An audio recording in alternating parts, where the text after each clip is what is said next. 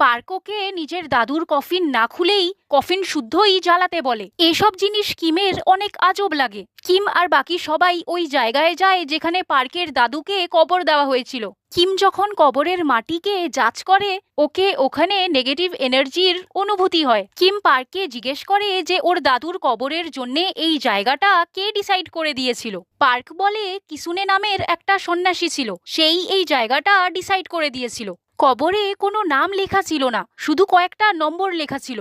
Park family অনেক ধনী ছিল, ওই হিসেবে দাদুর কবরটা অনেক সিম্পল ছিল।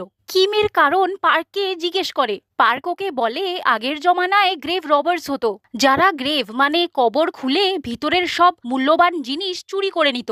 এই কারণেই কবরটা অনেক সিম্পল রাখা হয়েছিল। কিম পার্কের জবাবে সন্তুষ্ট হয় না, ওর মনে হয় যে পার্ক কিছু লুকোচ্ছে। ও পার্ককে বলে দেয় যে ওই কাজটা করতে পারবে না আর ওখান থেকে চলে যায়।